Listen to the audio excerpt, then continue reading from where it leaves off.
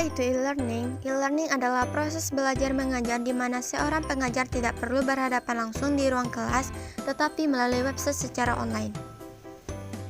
Adapun manfaat e-learning: 1. Fleksibel, memberi fleksibilitas dalam memilih waktu dan tempat untuk mengakses perjalanan. 2. Belajar mandiri, memberi kesempatan bagi pembelajar secara mandiri memegang kendali atas keberhasilan belajar.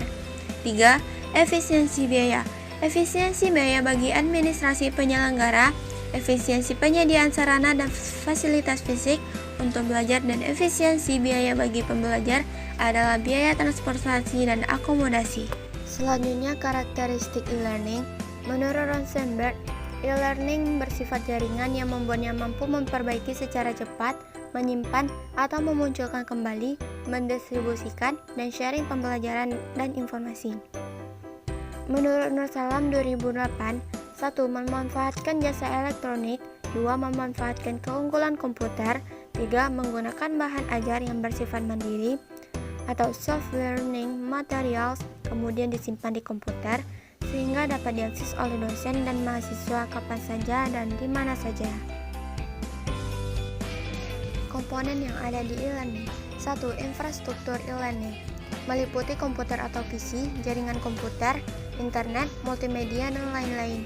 2. Sistem dan aplikasi e-learning, komponen yang memvirtualisasikan proses pembelajaran. 3. Konten e-learning dapat berbentuk multimedia based content atau konten yang bentuknya multimedia interaktif, atau dapat juga berupa text based content, konten yang bentuknya seperti buku mata pelajaran atau buku elektronik. 4. Aktor e-learning berupa pengajar yang siswanya menggunakan e-learning. Kelebihan e-learning: 1. Dapat diakses dengan mudah, 2. Biaya lebih terjangkau, 3. Waktu belajar fleksibel dan jauh lebih ringkas, 4. Wawasan yang luas. Adapun kekurangan dari e-learning: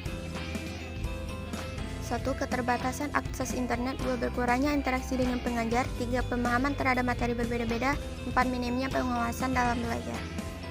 Nah teman-teman, di sini ada beberapa contoh e-learning, yaitu Weschool, Ruang Guru, Coursera, Keywords, Genius, dan e-learning Indonesia. Cara membuat e-learning gratis. Berikut adalah langkah-langkah yang harus kita lakukan dalam membuat e-learning berbasis web yang mudah dan cepat. 1. Buat website dahulu. Website ini menjadi platform atau tempat untuk berbagi ilmu dan siswa belajar. Ada dua hal yang harus kita pertimbangkan: A. Nama domain, B. Hosting. 2. Lengkapi peralatan tempur e-learning kamu.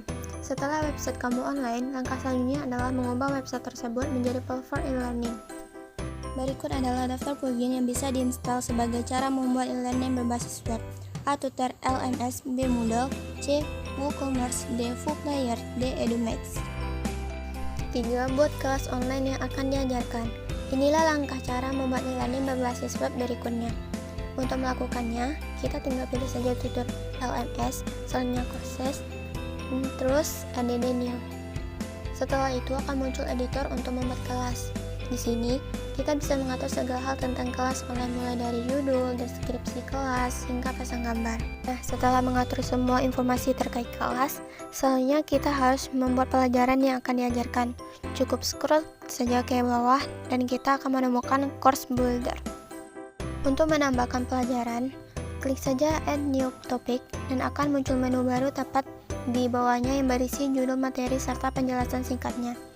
Jika kita sudah mengisi keduanya, klik saja Add Topic. Setelah pelajaran dibuat, kita bisa memasukkan materi per babnya dengan mengklik Add New Lesson. Akan muncul jendela baru di mana kita bisa mengisi judul bab dan penjelasan singkat mengenai bab tersebut. Jika kita scroll ke bawah, akan terdapat beberapa menu seperti ini.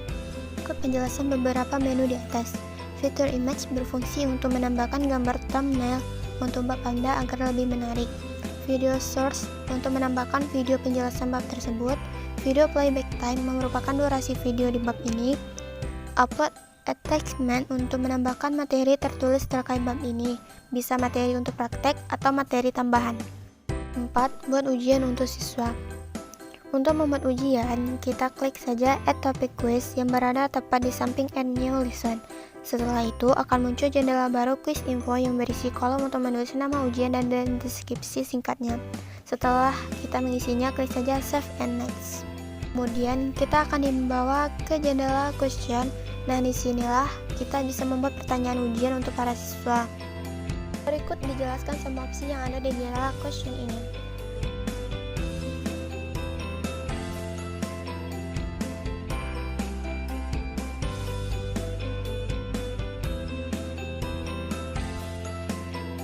Lima, atur sistem penjualan kursus kita. Caranya dengan memilih WooCommerce, terus products, selanjutnya add new. Di sini kita bisa mengisi nama, deskripsi, harga normal, dan harga diskon. Langkah selanjutnya adalah mengedit kelas yang barusan kita buat untuk menambahkan opsi pembayaran. Jika kita scroll ke bawah, terdapat menu baru yakni add product. Pastikan kita memilih course prepay atau berbayar. Lalu pilih produk yang tadi kita buat di WooCommerce pada opsi select produk di atasnya. Sekian yang bisa saya sampaikan. Terima kasih. Assalamualaikum warahmatullahi wabarakatuh.